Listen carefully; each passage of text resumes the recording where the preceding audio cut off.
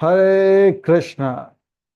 अंतर्राष्ट्रीय कृष्ण भावना भावित संघ इस्कॉन की ओर से प्रस्तावित यह श्रीमद् भगवद गीता 18 अध्याय 18 सत्र, ये 18 सोमवार के यह जो सत्र में आए आप सब भक्तों का, धर्म प्रेमियों का, कथा प्रेमियों का, सत्संग प्रेमियों का, अतिथियों का, आजीवन सदस्यों का, श्रोताओं का, सोशल मीडिया के माध्यम से सुनने वाले श्रोताओं का और भविष्य में रिकॉर्डिंग के माध्यम से सुनने वाले श्रोताओं का हृदय के गहराई से प्रेम पूर्वक हार्दिक स्वागत करते हैं। आप श्री श्री जगन्नाथ बलदेव सुभद्रा जी के शुभकामनाएं स्वीकार करें, श्रील प्रभुपाद जी के कृपा प्राप्त करें।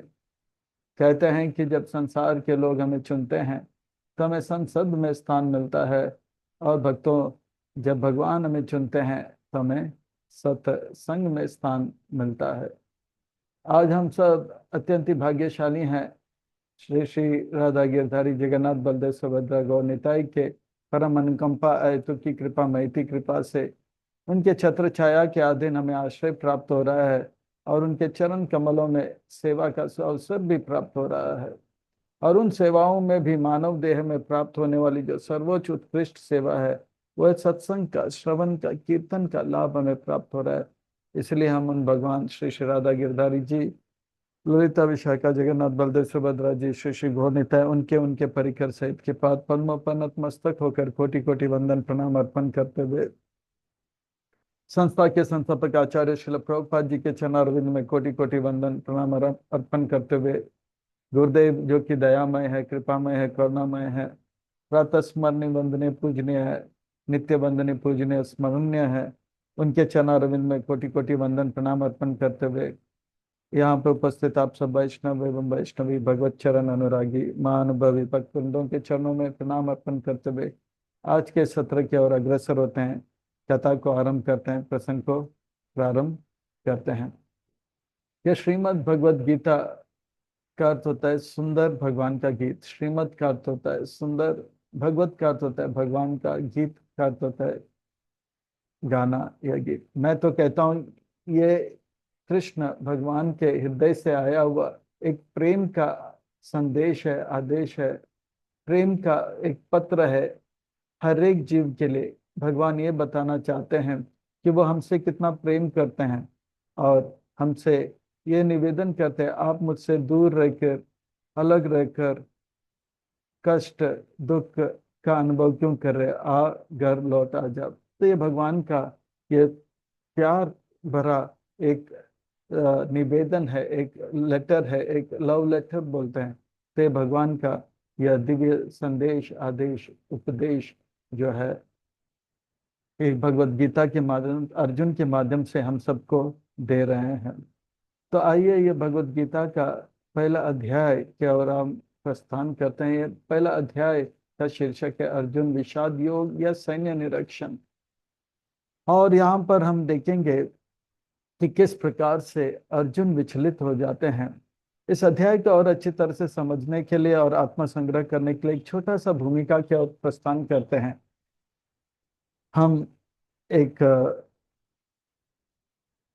एक बालक का वर्णन करते हैं जो कि बहुत ही आलस रहता है, और घर वाले जो है उनसे परेशान हो जाते हैं। घर में बैठे रहते हैं, खाते हैं और सो जाते हैं, और कुछ करते नहीं हैं। तो भगवान जो है, तो घर वाले जो है उस बालक को घर से निकाल देते हैं। तो बालक जो है अड़ोस पड़ोस में से खा पी कर जो है उसी प्रकार से जो है सोया करता था, आलस। पर सबको पता लगा इससे उनका जीवन बर्बाद होगा। तो कोई उन्हें खिलाना पिलाना जो है वो किया नहीं। तो वो कहते हैं ना, मरता क्या नहीं करता। तो वो एक किसान के घर चोरी करने गया। तो चोरी करते हुए वो किसान ने देख लिया, उन्हें पकड़ने गया। तो जान बचाने के लिए वो भागा, और भागा गांव से तो दूर जंगल की ओर गया। और जंगल की ओर गया तो वो जान गया कि अब उनका जीवन खतरे में, कभी भी उन्हें पकड़ लिया जाएगा और उन्हें मार दिया मारा जाएगा और इस प्रकार से सजा दिया जाएगा। तो वो एक पेड़ के ऊपर चढ़ जाता है। बड़ा विचित्र जो है दर्शन वो करते हैं। वो देखते हैं कि एक लोमड़ी जो है, इसका पाँव जो है घायल है, और एक पाँव से वो घायल है और लंगड़ लंगड़ के आ रहा है। तो वो सोचने लग जाता है ये लोमड़ी तो कुछ चल नहीं सकता, फिर नहीं सकता, वो अपने आहार के लिए क्या करता होगा। तो इतने में और भी विचित्र उन्होंने यह ध्वनि सुना एक शेर का।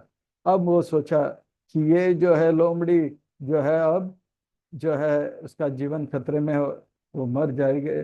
वो शेर जो है उसे खाकर उसे खत्म कर देगा।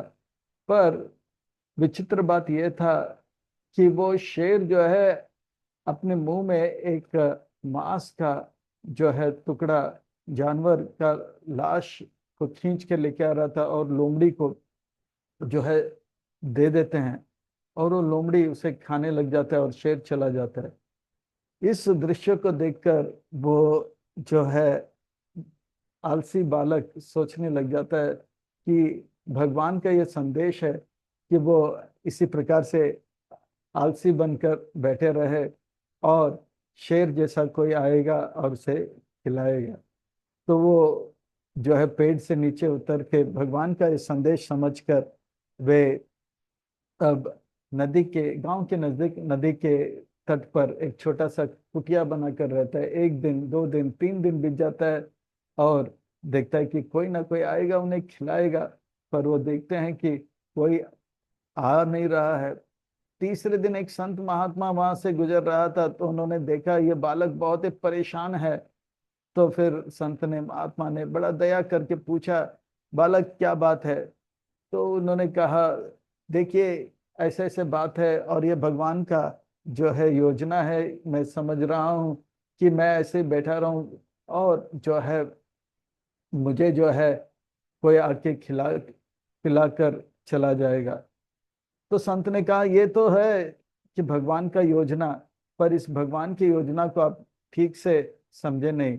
भगवान का योजना ये नहीं है कि आप लोमड़ी की तरह बैठे रहो। भगवान का योजना ये है कि आप शेर की तरह मेहनत करो, और लोमड़ी की तरह जो लोग घायल है, जो लोग बीमार है, जो लोग अस्वस्थ है, उनको आप खिलाओ। संत के ये बात को सुनकर ये बालक जो है के ऊपर ऐसा प्रभाव पड़ा, वो अपने आलस को त्याग कर मेहनत करने लगा और जो है जो अस्वस्थ है, अपंग है इत्यादि उनको खिलाने लगा। और उनके जीवन में जो है बहुत ही उत्साह और जो है सुख का वो अनुभव करने लगा। तो बात यह है कि वो बालक सोच रहा था कि भगवान का योजना यह है कि वो लोमड़ी की तरह रहे। पर जब संत महात्मा ने उनको बताया कि भगवान का योजना यह नहीं है कि वो लोमड़ी की तरह रहे, भगवान का योजना यह है कि वो शेर की तरह रहे। तो भगवान की योजना को जब वो ठीक से समझ गया, तब उसके जीवन में उत्साह और जो है आनंद आ गया। इसी प्रकार से हम देखेंगे कि इस भगवत गीता के पहले अध्याय में धृतराष्ट्र परेशान हो रहते हैं, दुर्योधन परेशान रहते हैं, और तो और अर्जुन भी परेशान रहते हैं। और ये सब, इन सब के परेशानी का कारण यह है कि धृतराष्ट्र का एक योजना रहता है। वो सोचता है कि वो बनेगा राजा, और इसलिए वो जो है भगवान की योजना से अलग होने के कारण वो परेशान रहता है। तो भगवान की योजना को ठीक से समझने के लिए जो है यह भगवत गीता जो है भगवान के भगवान के द्वारा अर्जुन के माध्यम से हमें सुनाया जा रहा है।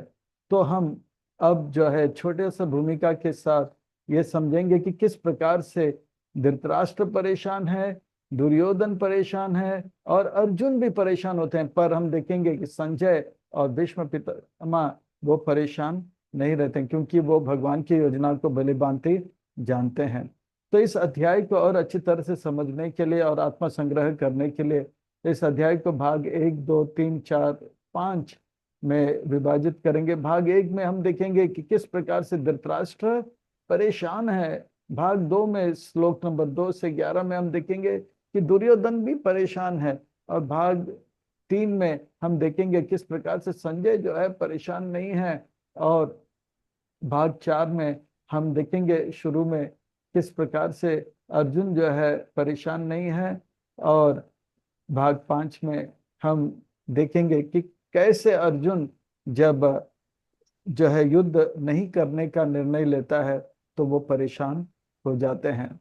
अर्जुन की परेशानी का 5 कारण भी हम इस 5वें भाग में देखेंगे, फिर सार देखेंगे और प्रश्न उत्तर के और हम प्रस्थान करेंगे। तो आइए भगवत गीता के पहले अध्याय के पहले श्लोक की ओर प्रस्थान करेंगे, और आज पहले अध्याय जो है आज के सोमवार के सत्र में हम लेंगे।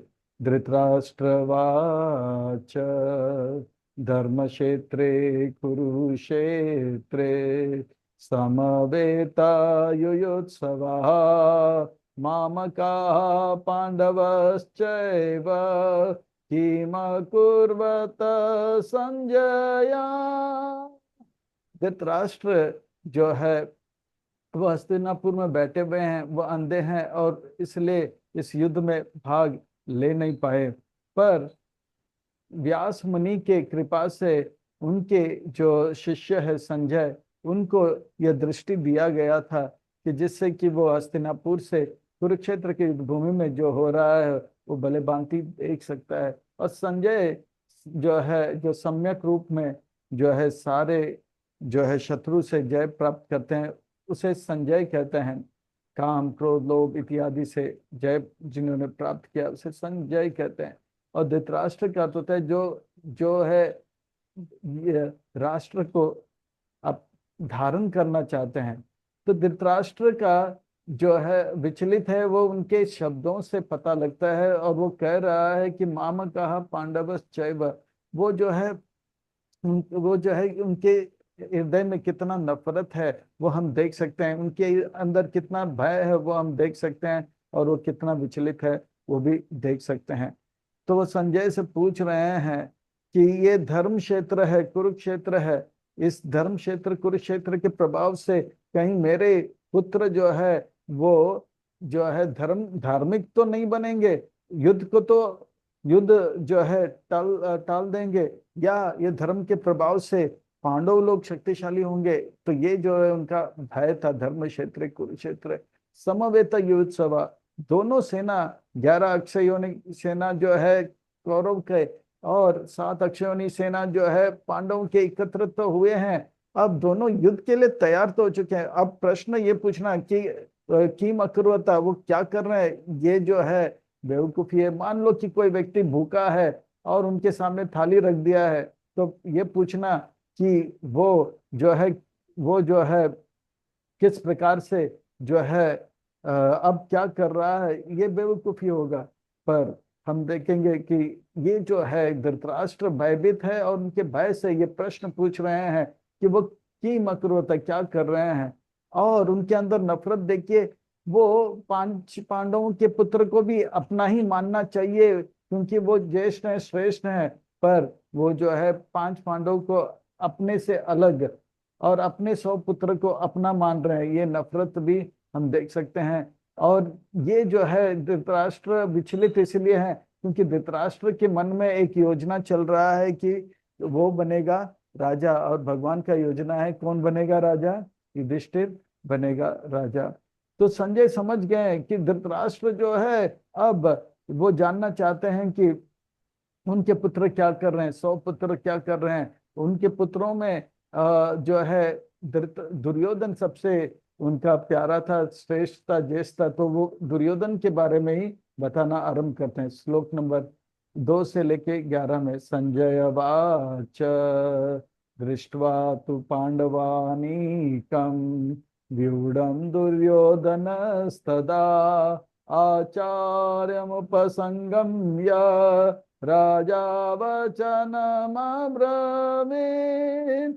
अब जो है यह संजय जो है धृतराष्ट्र से कह रहे हैं कि ये दोनों सेनाओं के ऊपर नजर डालते हुए दुर्योधन जो है अब राजा होते हुए वो जो है उन्हें चाहिए कि सेनापति भीष्म पितामह को बुलाए या द्रोणाचार्य को बुलाए, पर वो जो है विचलित हो जाते हैं। और उनके शरीर के हरकत से हम देखेंगे कि वो अपने रथ से उतरकर वो भीष्म पितामह और द्रोणाचार्य के पास, वो द्रोणाचार्य के पास इसीलिए जाते हैं क्योंकि वो विचलित हो गए हैं। और भीष्म पितामह के पास वो इसलिए नहीं जाते हैं क्योंकि वो सेनापति हैं। तो भीष्म पितामह उनके पितामह भी है, वो जानते हैं कि वो जो है युद्ध करेंगे तो कौरवों के पक्ष पर। द्रोणाचार्य जो है, हो सकता है वो अर्जुन से प्रेम करते हैं, इसलिए वो अपना युद्ध की कौशलता यहाँ पर जो है इस युद्ध में जो है पूरी तरह से कर नहीं पाएंगे। तो द्रोणाचार्य को अपनी ओर खींचने के लिए वो जो है अब जाते हैं द्रोणाचार्य के पास। ये जो है ये जो है दुर्योधन का जो है हम विचलित होना जो है क्या बतलाता है कि वो जो है पूरी तरह से बौखला गया, क्योंकि वो बना रहा है एक योजना कि वो बनेगा राजा, पर भगवान का योजना क्या है कि युधिष्ठिर बनेगा राजा। और भगवान की योजना से अलग होने के कारण दुर्योधन भी परेशान है। पश्यतान पांडुपुत्राणाम आचार्य मातिम चमुम व्यूढ़म द्रौपद पुत्रेना तव शिष्येन धीमता। और दुर्योधन कह रहा है कि देखो देखो देखो, आपको पता होना चाहिए कि द्रौपद का पुत्र का जन्म हुआ था, उनका नाम है धृष्टद्युम्न, कि उनका जन्म इसलिए हुआ था कि वो जो है आपका वध करेगा। और वो जब आपके पास आया था शिक्षा लेने के लिए, आपको पता था कि वो आपका जो है मृत्यु का कारण बनेगा, फिर भी आपने जो है गलती किया। आज देखो वो पांडवों की ओर से जो है सेनापति बनकर सानों की ओर से जो है युद्ध कर रहा है। अब ये बेवकूफी अब तो कर लिए, पर अब अभी सावधान हो जाए। इस प्रकार से दुर्योधन जो है द्रोणाचार्य को जो है कि मन के अंदर जो है क्रोध लाने का प्रयास कर रहा है और जो है अपने पक्ष में लेने का प्रयास कर रहा है। बार बार द्रौपद का नाम ले रहे हैं, क्योंकि द्रोणाचार्य और द्रौपद के बीच में जो है एक जो है कलह है, लड़ाई है, झगड़ा है, और वो भड़काना चाहते थे। और वो बता रहे हैं आपने बेवकूफी उस वक्त किया था, धृष्टद्युम्न नाम ना लेते हुए द्रौपद का नाम लेते हुए उनके अंदर क्रोध लाने का प्रयास कर रहे हैं। और कह रहे हैं कि देखो, जब सैन्य निरीक्षण होता है तब हम जो है सेना का जो है यह यह नीति है कि दुश्मन का जो है पक्ष का वर्णन पहला किया जाता है। तो खबर दुश्मन की वो दे रहे हैं, अत्र सूरमायुष भीमार्जुन समायुधे युयुधान विराटश्च द्रौपदश्च महारथा। अब देखो, अब पांडवों की ओर से अर्जुन जो है सबसे श्रेष्ठ सैनिक है, पर वो दुर्योधन भीम जो है से इतना डरता है, इतना डरता है कि वो भीम का नाम सबसे पहले लेते हैं। भीम अर्जुन समायुधे, फिर युयुधाना विराट इत्यादि का, और फिर से द्रौपद का नाम लेते हैं। और इस प्रकार से वो जो है द्रोणाचार्य के अंदर जो है क्रोध लाने का प्रयास कर रहे हैं। दृष्टकेतुश्चेकितान काशीराजश्च वीर्यवान पुरोजित कुंती भोजश्च सैव्यश्च नरपुंगवान। और देखिए बड़े बड़े सैनिक जो है वो पांडवों के पक्ष से लड़ रहे हैं। दृष्टकेतु, चेकिताना, काशीराजा, पुरोजित, कुंती भोज, सैभ्य, ये सब बड़े बड़े योद्धा है। और तो और उनके सेना में सुभद्रा के पुत्र हैं, द्रौपदी के भी पुत्र है। युद्ध मनुष्च विक्रांता उत्तम जो च वीर्यवान सौभद्रो द्रौपदेश्च सर्व एव महारथा। और देखिए सुभद्रा के पुत्र अभिमन्यु है, और पांच पांडव के पांच पुत्र द्रौपदी के, वे भी जो है ऐसे युद्ध में है खड़े हैं, जो कि महान योद्धा है, जो आज तक युद्ध में कभी हारे नहीं है। और आप जो है हमारे सेना के बारे में सुनिए। तो खबर अपनी, यानी कि अपने सेना के बारे में, तो कौरवों का वर्णन करते हुए द्रोणाचार्य से कह रहे हैं, अस्माकं तु विशिष्टा ये तानि बोध द्विज उत्तमा नायक मम सैन्यस्य संज्ञार्थं तान् ब्रवीमीते। हमारे पक्ष में भी कोई जो है इतने अच्छे अच्छे सैनिक हैं, आप जो है उनके बारे में सुनिए। ये द्विजों में श्रेष्ठ है, ब्राह्मणों में श्रेष्ठ द्रोणाचार्य को जो है अब बड़ा चढ़ा के कह रहे हैं, और जो है बता रहे हैं, भवान भीष्मश्च कर्ण च कृपा च समातिम जय अश्वत्थामा विकर्ण च सोमदत्ते ततेव च। अब जो है भीष्म पितामह का नाम पहले आना चाहिए, क्योंकि भीष्म पितामह 4 5 6 यानी कि 456 साल के, हाँ 456 ईयर्स ओल्ड, सबसे श्रेष्ठ ज्येष्ठ हैं और श्रेष्ठ जो है सबसे उत्तम है। पर भीष्म पितामह का नाम तो वो नहीं दूसरे नंबर में ले रहे हैं, और पहले नंबर में वो भगवान यानी कि द्रोणाचार्य का नाम ले रहे हैं, यानी कि द्रोणाचार्य को अपने पक्ष में लेने के लिए कूटनीति, राजनीति, छल कपट इत्यादि कर रहे हैं। ये सब इसलिए क्योंकि वो विचलित हैं। वो विचलित इसलिए हैं क्योंकि वो उनका एक योजना है जो कि भगवान की योजना से है अलग, तो इसलिए जो है वो बहुत ही विचलित है। भगवान भीष्म च कर्ण च, फिर भीष्म पितामह का नाम लेते हैं क्योंकि भीष्म पितामह को भी थोड़ा जो है वो सुख देना चाहता है। फिर कर्ण का भी नाम लेते हैं, कर्ण को भी पीछे छोड़ना नहीं चाहते हैं। कृपाचार्य इत्यादि, अश्वत्थामा का नाम ले रहे हैं क्योंकि अश्वत्थामा द्रोणाचार्य के पुत्र हैं, और विकर्ण उनके छोटे भाई का भी नाम ले रहे हैं, क्योंकि जिन्होंने विरोध किया था द्रौपदी के वस्त्रहरण में, कहीं ये जो है पक्ष ना बदल दे, तो विकर्ण का भी नाम ले रहे हैं। तो इस प्रकार से छल कपट इत्यादि हम देखते हैं दुर्योधन के चरित्र में, क्योंकि वो विचलित है, क्योंकि वो भगवान की योजना से अलग उनका एक योजना है। अन्य च बहु सुर मदर्ते त्यक्त जीविता नाना शस्त्र प्रहाराना सर्वे युद्ध विशारदा। और इस प्रकार से जो है अब सरस्वती देवी जो है दुर्योधन के जीवा में बैठकर यह बता रहे हैं कि हमारे सेना में ऐसे ऐसे योद्धा है जो मेरे खातिर अपने जान जो है जो है वो त्यागने के लिए तैयार है।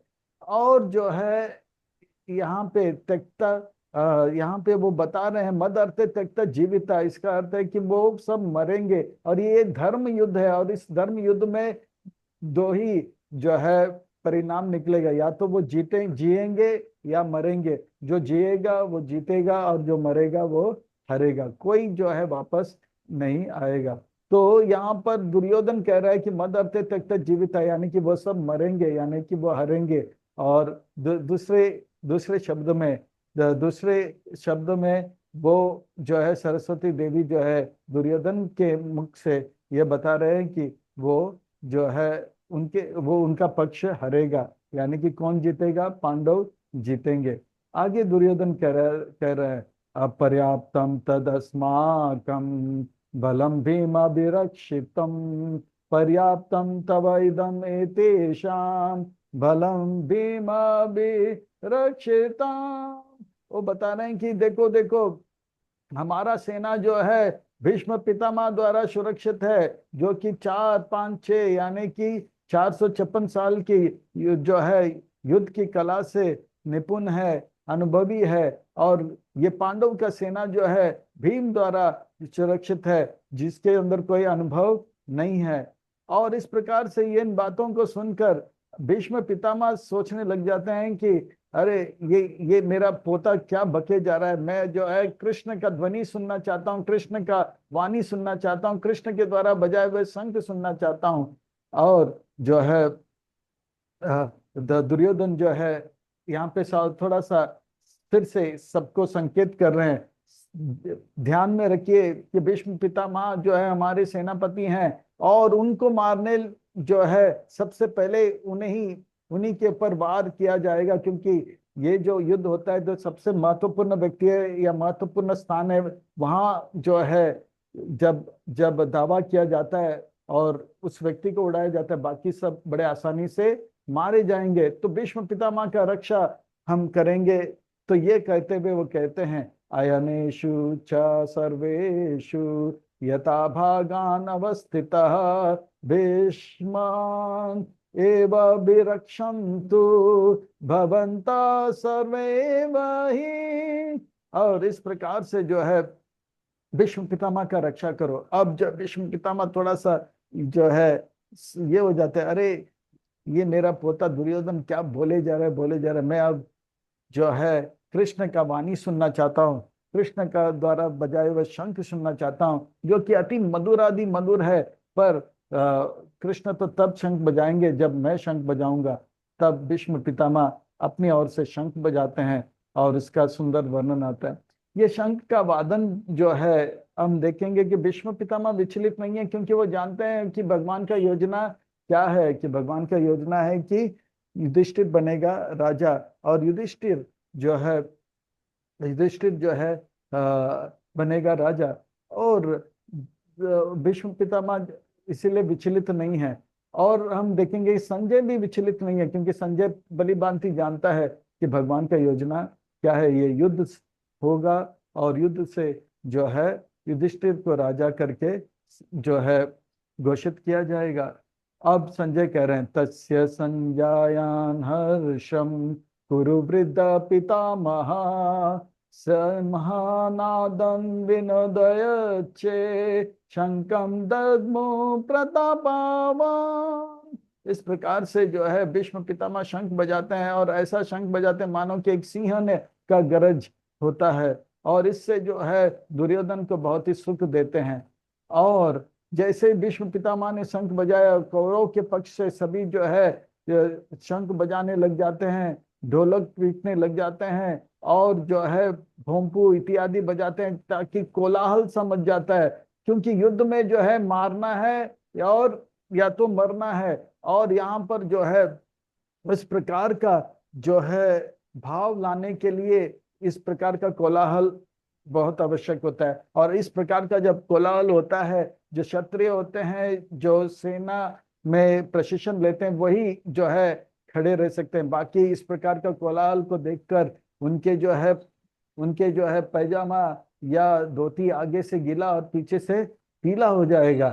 तथा शंकश्च भार्यश्च पानवानक गोमुखा सहस एवाभ्यहंता सा शब्द तुमला। तो इस प्रकार से कोलाहल सा मच गया। अब जो है पांडवों के पक्ष का वर्णन करते हुए संजय कह रहे हैं, तथा श्वेते युक्ते महाति शांदने स्थितो माधवा पांडवा चैव दिव्य शंख प्रदमतो।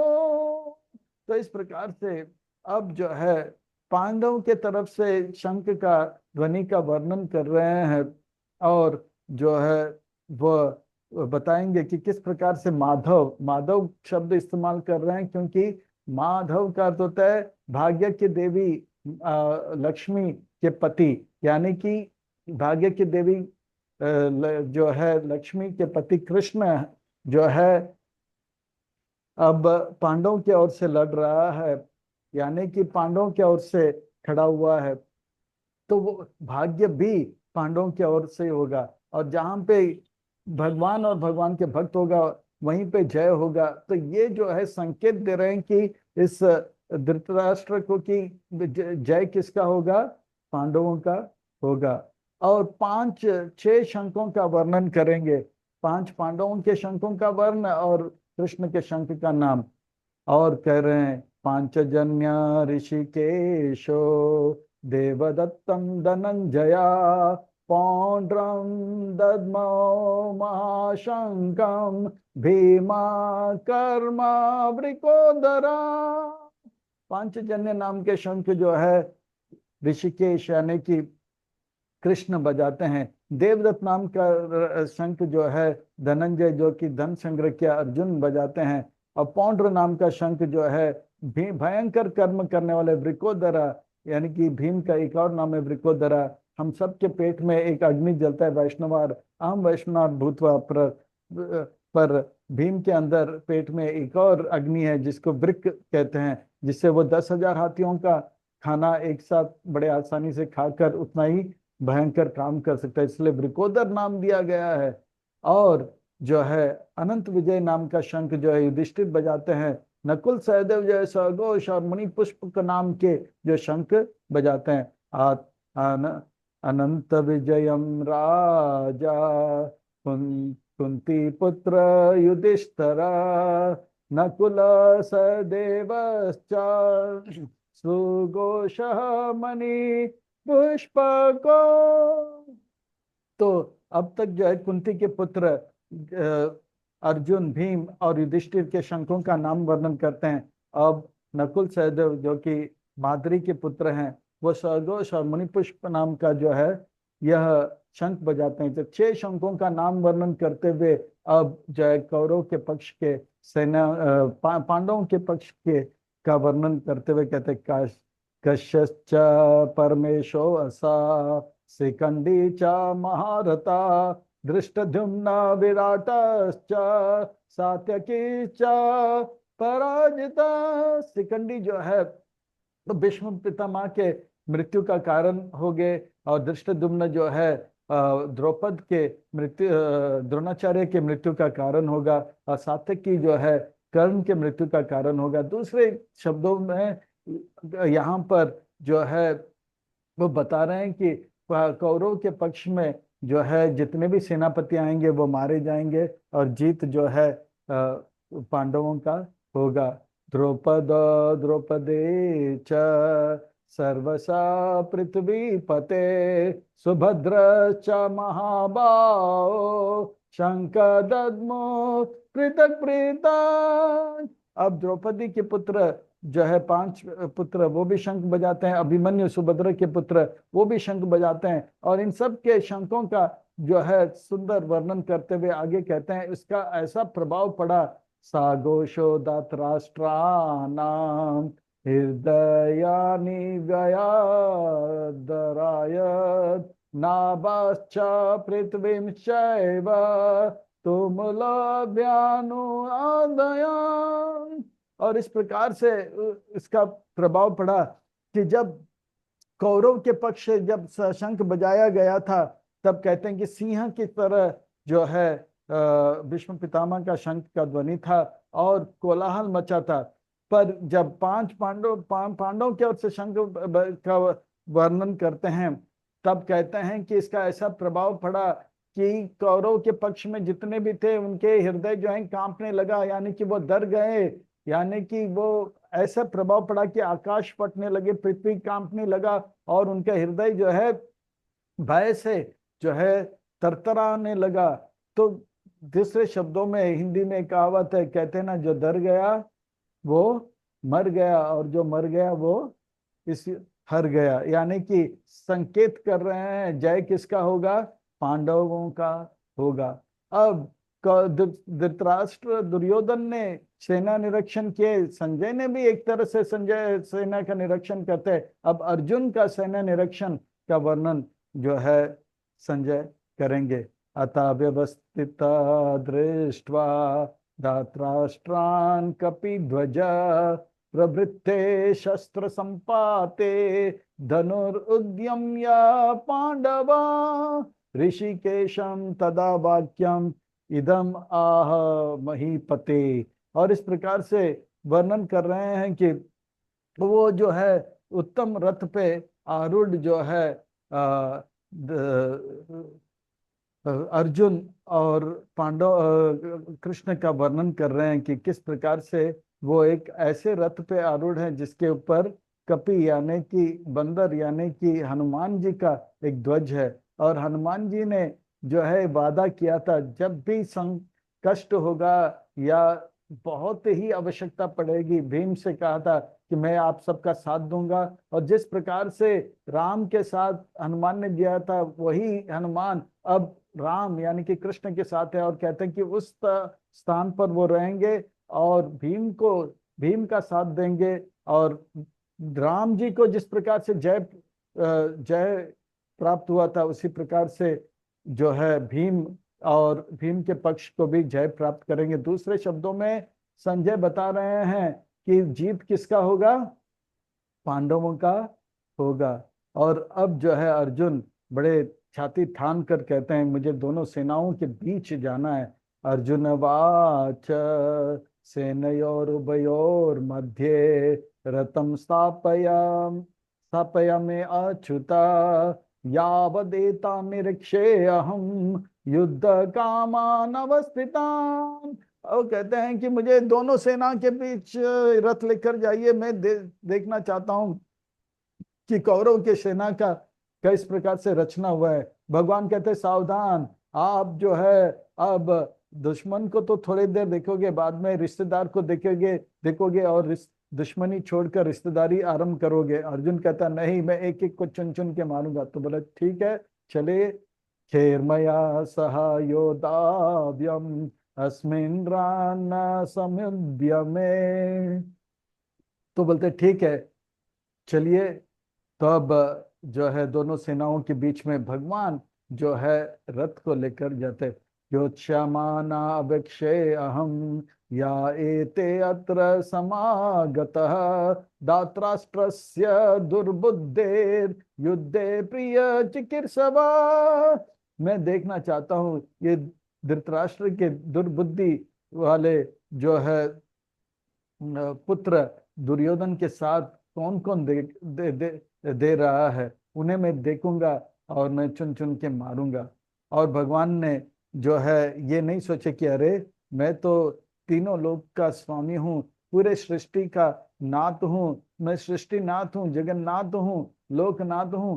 पर वो अपने भक्त के भक्ति से जो है प्रभावित होकर जो है रथ को दोनों सेनाओं के बीच ऐसे लेके जा रहे हैं, यानी कि एक मामूली सा जो है सारथी होगा या ड्राइवर होगा। संजय वाच एवं मुक्त ऋषिकेशो गुडाकेशे न भारता सेनयोरुभयोर्मध्ये स्थापयित्वा रथ उत्तमा। उस उत्तम रथ को दोनों सेनाओं के बीच में वो स्थापित करते हैं। और वो जो है स्थान जिसे ज्योतिषार कहा जाता है, वो जो है अक्षय वृक्ष वट वृक्ष आज भी है। और आज के दिन जो है उस वृक्ष के नीचे ये संदेश आदेश उपदेश जो है सुनाया गया था। और रथ को जैसे स्थापित किया तो अर्जुन का आंखें जो है भीष्म द्रोण और कृपाचार्य की ओर जाता है। भीष्म द्रोण प्रमुख सर्वेषां च महिषितं वाच पात पश्येतान् समाएतान् कुरुनिति। और इस प्रकार से सारे कुरु को एकत्र देख रहे हैं। भगवान कहते हैं सावधान, अभी आप जो है देखोगे कि सारा कुरु जो है वो दुश्मन नहीं, वो क्या है आपके भाई की तरफ देखोगे। भीष्म पितामह को पितामह के रूप में देखोगे, और द्रोणाचार्य को जो है गुरु के दृष्टि से देखोगे। और जो है युद्ध का जो है संकल्प है उसे भूल जाओगे, और अपने कर्तव्य से आप च्युत हो जाओगे। और इस प्रकार से अर्जुन जो है अब पूरी तरह से विचलित हो जाने लग जाते हैं। द्रोणाचार्य को और भीष्म पितामह को देखकर वो अपने अंदर जो है कर्तव्य का जो भाव है, युद्ध करने का जो भाव है, उसे भूल जाते हैं। और अब वो सोचने लग जाता है अगर मैं ये युद्ध लड़ूंगा तो मैं जीतूंगा, और दूसरे दूसरे दूसरे आ, आ, आ, इसका अर्थ यह होगा कि भीष्म पितामह जो है मर मर जाएंगे, और द्रोणाचार्य भी मर जाएंगे, क्योंकि वो जानते हैं कि ये युद्ध का परिणाम ऐसा ही होगा अगर वो युद्ध लड़ेंगे। पर वो वो चाहते थे कि भीष्म पितामह जिन जीवित रहे, द्रोणाचार्य जीवित रहे, दूसरे शब्दों में अब वो युद्ध नहीं करना चाहते थे। अब पहला कारण बताते हैं भगवान से कि वो युद्ध नहीं करेंगे, और भगवान से निवेदन करते हैं आप अपना योजना बदल दो, पर भगवान तो भगवान है, वो योजना बदलते नहीं। तो भगवान का योजना सर्वश्रेष्ठ है। तो वो दो कारण, तीन कारण, चार कारण बताते हैं कि ये युद्ध क्यों नहीं होना चाहिए, या अर्जुन को युद्ध क्यों नहीं लड़ना चाहिए। तत्र पश्चात स्थितान पार्थ पितॄनता पिता महान आचार्य मातुलन भ्रातॄन् पुत्रान् पौत्रान् सखीं तथा ससुरान् सुहृदश्चैव सेनयोरुभयोरपि। अब जो है वो दुश्मन नहीं देख रहे, अब किसको देख रहे हैं, वो पितामह को देख रहे हैं, अपने पिता जैसे जो है वरिष्ठ सैनिकों को देख रहे हैं, और अपने जो है गुरु को देख रहे हैं, मामा को देख रहे हैं, भाई को देख रहे हैं, अब उनके पुत्र के उम्र के जो है योद्धाओं को देख रहे हैं, और उनके पोताओं के उम्र के योद्धाओं को, दोस्त को, सगे संबंधियों को, ससुर और सुहृद को देख के अब जो है वो युद्ध का जो है उनका भाव वो चला जाता है। और ये सब देखकर अर्जुन के अंदर जो जो क्रोध था, वो वो जो है उत्साह था, वो चला जाता है, और अर्जुन जो है के अंदर करुणा आ जाता है। वो और वो जो है शरीर में कुछ लक्षण बताते हैं। ताम समीक्षया स कौन्तेय सर्वान् बंधून् अवस्थितान् कृपया परयाविस्तो विषिदानिदमब्रवीत्। अब ये सब देखकर अर्जुन जो है अब कृष्ण से कहने लग जाते हैं ये ये युद्ध मैं नहीं लड़ूंगा। और नहीं लड़ने के पांच कारण, और पहले कारण जो है श्लोक नंबर जो है 26 से लेकर जो है 30 में बताते हैं। वो कहते हैं कि दृष्ट्वे माम स्वजन अर्जुन वाच दृष्ट्वे माम स्वजन कृष्ण युयुत्सं समुपास्थितं सिद्धन्ति मम गत्राणि मुखं च परिशुष्यते।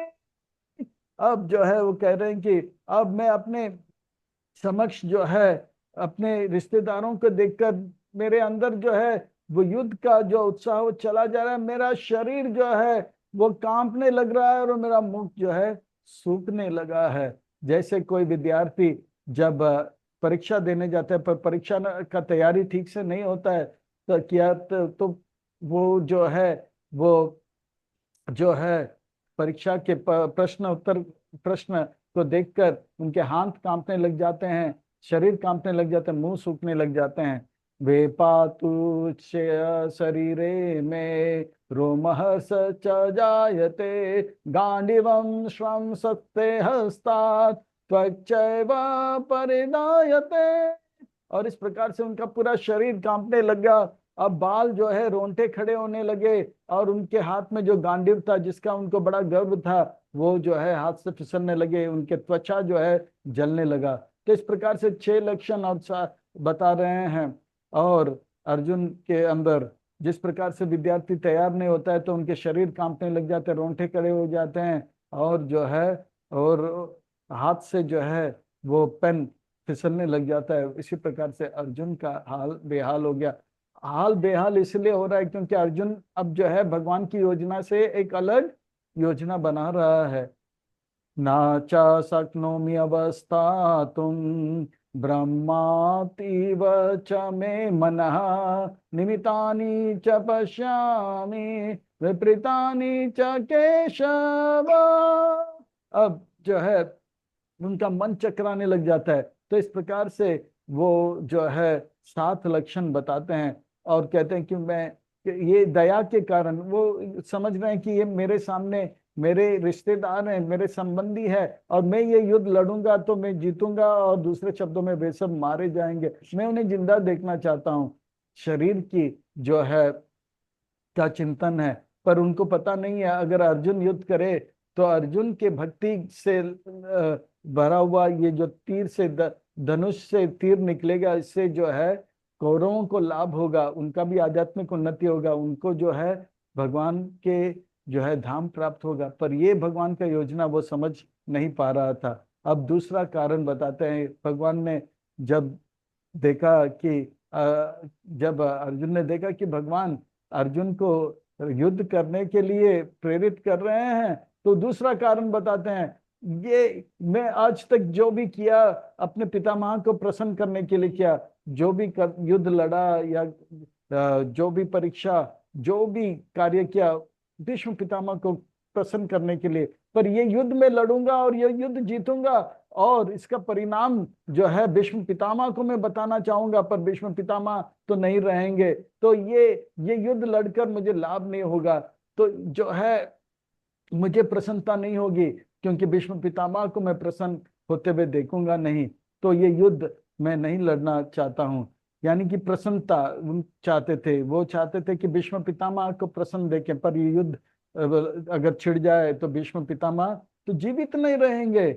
नाचा श्रेयो अनुपश्यामि हत्वा स्वजन आहवे, नाकांक्षे विजयम कृष्ण न चा राज्यम सुखानि च। ये युद्ध लड़कर क्या लाभ होगा, क्योंकि यहाँ पर युद्ध जीतने के बाद में भीष्म पितामह को तो मैं देख नहीं पाऊंगा, और उनको देख नहीं पाऊंगा, उनको प्रसन्न होते हुए नहीं देख पाऊंगा, तो ये सब करके मुझे जो है प्रसन्नता प्राप्त नहीं होगा। किम नो राजन गोविंदा किम भोगेर जीवितेन वा, ईशामर्ते कांक्षिताम नो राज्यम भोगा सुखानि च। इस प्रकार से इतने बड़े राज्य को लेकर क्या लाभ होगा, इससे मुझे प्रसन्नता नहीं होगा। हम जो भी करते हैं प्रसन्न होने के लिए करते हैं, पर इतना बड़ा युद्ध लड़के प्रसन्नता नहीं होगा, तो युद्ध करने की आवश्यकता क्या है। तानी में अवस्थिता युद्धे प्राणम त्यक्ता धनानि च, आचार्य पित्र पौत्र तथैव च पितामह। ये सब जो है, हे मधुसूदन, आप मधुसूदन है, मधु नाम के असुर को मारे, ना कि अपने गुरु, अपने पिता, अपने पुत्र, अपने पितामह, मामा, ससुर, पोते इत्यादि रिश्तेदारों को अपने मारे। आप मुझे इन सबको मारने के लिए क्यों कर रहे हो? तो आप मुझे जो है औरों को मारने के लिए कहो, मैं मारूंगा। आप जो है असुरों को मारने के लिए कहो तो मैं मारूंगा, पर आप कह रहे हो रिश्तेदारों को मारने के लिए, आपने तो असुरों को मारा है। हाँ, मुझे, पर भगवान जो है कोई जो है संकेत नहीं दे रहे हैं कि अर्जुन को कि आप युद्ध मत करो। तो अर्जुन आगे कह रहे हैं, मातुला स्वसुरा पौत्र शैला संबंधनी तथा एतान्ना हन्तुम इच्छामि ना तो अपि मधुसूदना। मैं कैसे इन सबको मारूंगा? नहीं, आप मधुसूदन हो, ना कि अपने रिश्तेदारों, मधु नाम के असुर को मारो, ना कि रिश्तेदारों को। आप मुझे ऐसे कार्य में क्यों लगा रहे हो? अब जो है, अपि त्रैलोक्यस्य राज्यस्य हेतो किम नु मही कृते निहत्या दात्राष्ट्रान्ना का प्रीति जनार्दना। आप जनार्दन हो, जनार्दन का अर्थ होता है जन का पालन करने के लिए कहो, मैं करूंगा, पर आप जन को मारने के लिए करो। अब जन मरादन तो नहीं हो, मारने के लिए क्यों करो आप? ये जो है मुझे युद्ध करने से मना करो, पर जो है भगवान जो है कोई इशारा नहीं करते। तो तीसरा कारण कहते हैं कि जब हम अपने से बड़े अपने रिश्तेदारों को मारते हैं तो पाप जो है हमें लगेगा, और आप इस धरातल पर आए हो पाप को मिटाने के लिए। हाँ, यदा हृदय धर्म से, पर ये अधर्म के कार्य में आप मुझे क्यों लगा रहे हो? पापम एवाश्रयाद अस्मान हत्वा एतान ततायिना तस्मान् नरः वयम हंतुम दात्राष्ट्रान् बंधवान् स्वजनम ही कथम हत्वा सुकुनी श्याम माधव। आप जो है स्वजनों को मारने के लिए कह रहे हो, और ये जो है बड़ा पाप है। आप यदा यदा धर्म को स्थापित करने के लिए अधर्म को निकालने है, पर आप मुझे अधर्म के कार्य में क्यों लगा रहे हो? यदि अपि एतान् न पश्यन्ति लोभापाहता चेतसा कुलशया कृतं दोषं मित्रद्रोहे च पातका। इस प्रकार से ये पाप है जब हम अपने ही सगे संबंधियों को, रिश्तेदारों को मारते हैं, ये पाप है। आप जनार्दन हो, जन का पालन करने के लिए कहो, आप जनार्दन हो के मुझे मारने के लिए क्यों कह रहे हो। कथम नाज्ञा अस्माभि पापादस्मा निवर्तितुम कुलशय कृतं दोषम प्रपश्याद्भिर् जनार्दना। आप ये भयंकर कार्य में, ये पाप के कार्य में क्यों मुझे लगा रहे हो। आप जो है जनार्दन हो। कुलशय पनश्यांति कुल धर्मे सनातना धर्म नष्टे कुलम कृष्णम अधर्माभिमावृता। तो अब चौथा कारण बता रहे हैं, अगर हमारे परिवार में जो मार्गदर्शन देने वाले जो श्रेष्ठ हैं, ज्येष्ठ हैं, बड़े हैं, अगर मर जाएंगे, अगर वो नहीं रह जाएंगे, तो जो है हमें मार्गदर्शन करने वाला कोई नहीं होगा, और मार्गदर्शन करने वाला कोई नहीं होगा तो पूरा परिवार के जो छोटे हैं, स्त्रियां हैं, वो विचलित हो जाएंगे और पथभ्रष्ट हो जाएंगे, और जो है वो अधर्म के मार्ग में जाएंगे। अधर्माभिभावात् कृष्णा प्रदुष्यांति कुल स्त्रिया स्त्रीषु दुष्टासु वास्नेया जायते वर्ण संकरा।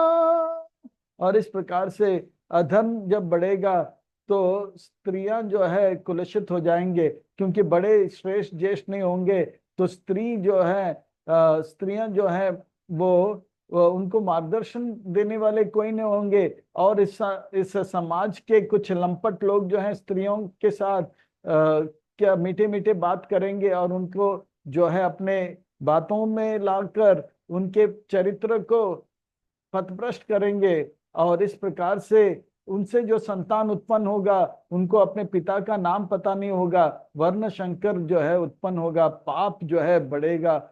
और ऐसे वर्ण शंकर जब बढ़ेगा तो वे जो है धर्म के कार्य नहीं करेंगे, पिंड श्राद्ध इत्यादि नहीं करेंगे, तो पूरा कुल जो है नाश होगा। कृष्ण, आप मुझे ऐसे कार्य में क्यों लगा रहे हो। शंकरो नरकया एवा कुलज्ञानां कुलक्षयश्च पतन्ति पित्रो हि येषां लुप्त पिंडोदक क्रिया। इस प्रकार से पिंड कार्य जो है नष्ट होगा, और ये जो है पूरा जो है पूरा जो है वंश जो है नाश हो जाएगा। आप ऐसे कार्यों में क्यों लगा रहे हो कृष्ण। और इस प्रकार से अर्जुन विचलित होए जा रहा है, विचलित हो जा रहा है। अर्जुन विचलित इसलिए हो रहे हैं क्योंकि भगवान की योजना से वो एक अलग योजना बना रहे हैं। दोषे रेते कुलज्ञानानां वर्ण शंकराकारके उत्साद्यन्तान् जाति धर्मा कुल धर्म च शाश्वता।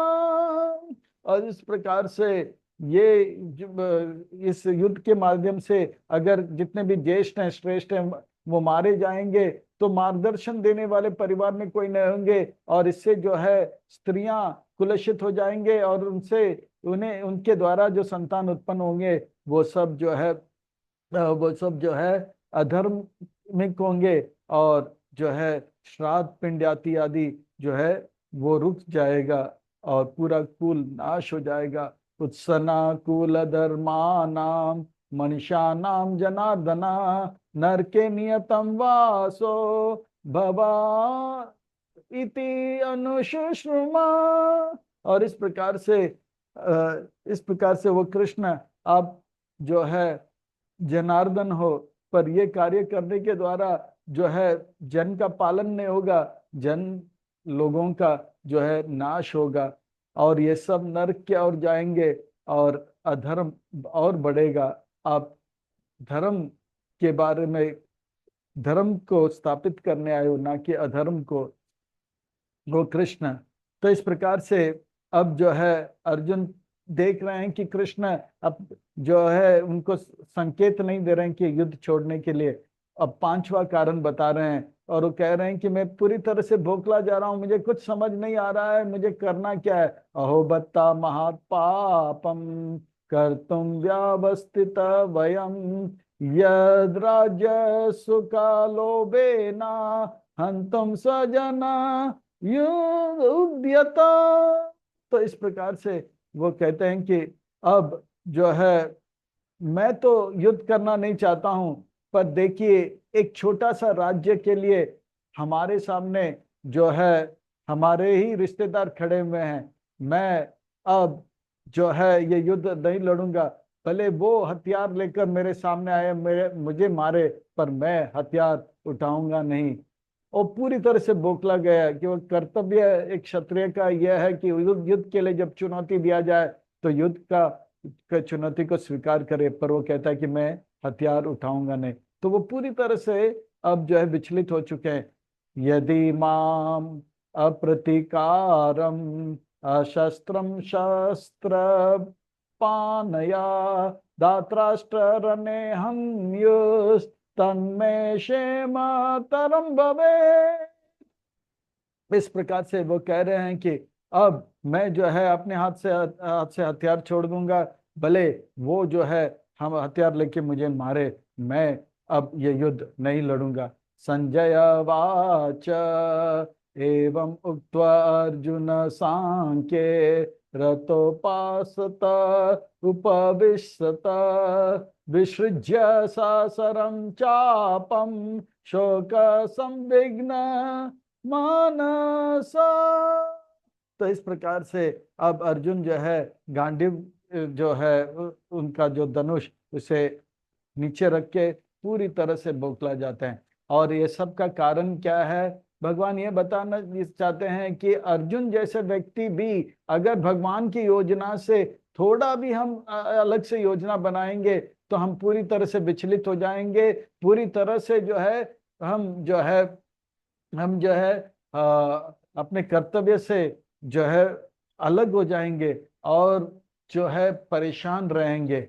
और तो और भगवान बड़ा स्पष्ट बता रहे हैं, और तो और अर्जुन जैसे व्यक्ति भी जो आज तक कभी युद्ध भूमि में हारे नहीं, जो कि अब कभी कभी डरे नहीं, अब जो है उनका भी हाल ऐसा हो गया कि वो पूरी तरह से बेहाल हो गया। ये संसार का रचना ऐसा है कि हर कोई जो है इस संसार में एक समय उनके जीवन में आते हुए पूरी तरह से बौखला जाते हैं।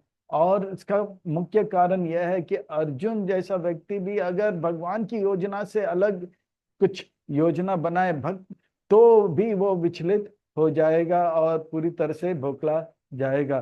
तो अर्जुन जो है पूरी तरह से विचलित है, धृतराष्ट्र विचलित है, दुर्योधन विचलित है, क्योंकि वे बना रहे हैं कि योजना जो कि भगवान की योजना से है अलग। और जैसे ही चाहे वो अर्जुन हो, दुर्योधन हो या धृतराष्ट्र हो, कोई भी हो, भगवान की योजना से अगर हम थोड़ा सा भी योजना अलग बनाएंगे हम भी विचलित हो जाएंगे। इस संसार में लोग विचलित हैं, इसलिए विचलित हैं क्योंकि वो बना रहे हैं कि योजना कि वो बनेंगे राजा, पर भगवान का योजना है कौन बनेगा राजा, युधिष्ठिर बनेगा राजा। तो भगवान की योजना से अलग होते ही सब जो है विचलित हो जाएंगे। पर भगवान के कृपा अर्जुन के ऊपर ऐसा है कि अर्जुन जो है अब विचलित तो है, पर वो दूसरे अध्याय में जो है भगवान को गुरु के रूप में स्वीकार करके वो जो है फिर से भगवान की योजना समझकर इस योजना को अपने योजना बनाते हैं। तो हमें चाहिए कि हम अपने संसार में अगर विचलित है, हम भी अपने जीवन में गुरु धारण करें और भगवान की योजना को समझ कर और उसे अपने जीवन में उतार कर अपने जीवन को जो है जो जीवन के लक्ष्य को प्राप्त करके अपने जीवन को सार्थक करे। तो इसी के साथ जो है यह पहला अध्याय को हम विराम देंगे। इसका सार यह है कि भगवान का योजना को हमें जानना चाहिए और भगवान की योजना को अपना योजना बनाए तो जीवन जो है सार्थक होगा, और भगवान की योजना से थोड़ा भी अगर अलग होगा तो व्यक्ति विचलित हो जाएगा। और भगवान की योजना को अगर हम भली भांति जानेंगे, उसे स्वीकार करेंगे, अपार अनंत सुख हर स्थान, हर परिस्थिति, हर समय हम अनुभव करेंगे, जिसके हम अधिकारी हैं। और ये जो है भगवत गीता के माध्यम से अर्जुन को सुनाया जाएगा, और इसे हम जब सुनेंगे तो हमारे जीवन में भी अपार अनंत सुख हर स्थान, परिस्थिति और अवस्था में हम अनुभव करेंगे। हरे कृष्णा। हरे कृष्णा, हरे कृष्णा, कृष्णा कृष्णा हरे हरे, हरे राम राम राम हरे हरे।